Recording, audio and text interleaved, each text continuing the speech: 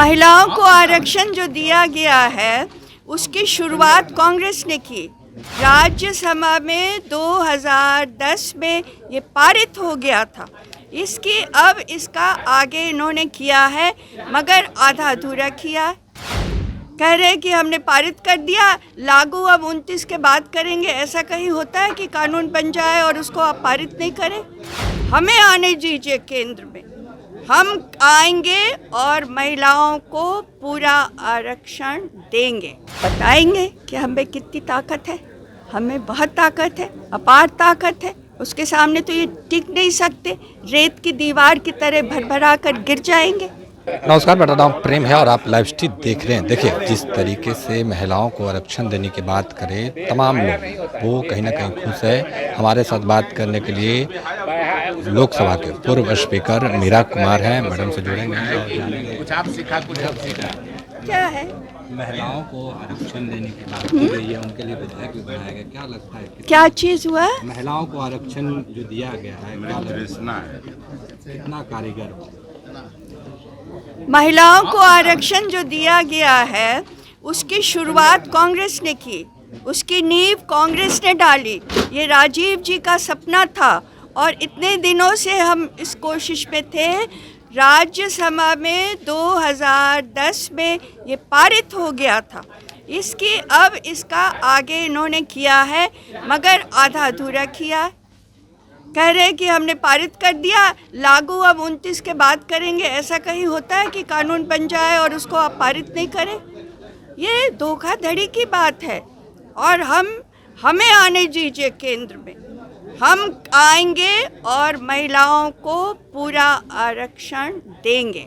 और उसमें पिछड़े वर्ग की महिलाओं को, दलित महिलाओं को, आदिवासी महिलाओं को, सबको देंगे। पर कहा जा रहा है कि जो बीजेपी के लोग हैं वो कह रहे हैं कि नियम से चलेंगे तो इतने जल्दी कैसे इसको लागू किया जा सकता है? कौन सा नियम?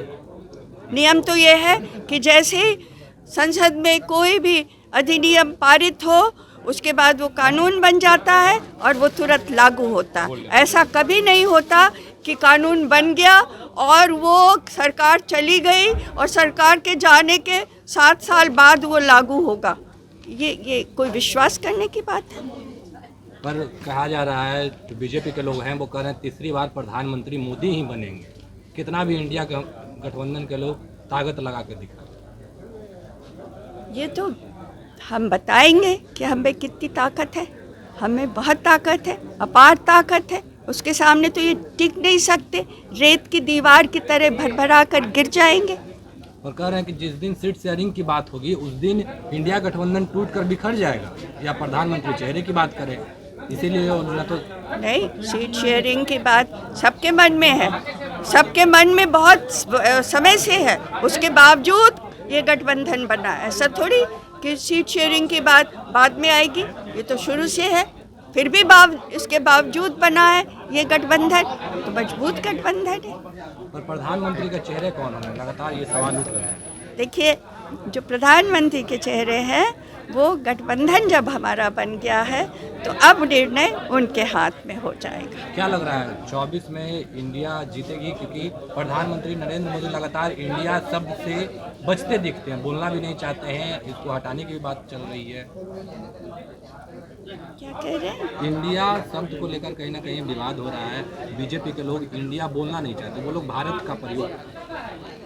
ये तो हमारी समृद्ध संस्कृति है, हमारा एक देश है। मैं समझती हूँ दुनिया में और शायद कोई कभी ऐसा देश हो या ना हो कि जहाँ पर देश के इतने सारे नाम हैं। इंडिया है, भारत है, हिंदुस्तान है, आर्यव्रत है, कितने नाम हैं बताओ। एक आखिरी सवाल रहेगा, बिहार में जात को लेकर सियासत तेज है। जिस तरीके से राज्यसभा में मनोज झा ने कविता पढ़ा था, उसके बाद सियासत काफ़ी तेज है। बिहार के लोग बहुत प्रबुद्ध हैं और प्रगतिशील हैं और जात पात को मिटाना चाहते हैं। और इस तरह की कोई भी बात यहाँ करने से बिहार की छवि खराब होती है। इसलिए हम इस बात को यहीं बंद करेंगे। तो चलिए, क्या कुछ जानकारी दे रहे थे वो आपने सुना। बाकी की तमाम खबरों के लिए बने रहे लाइव स्ट्रीम के साथ। धन्यवाद।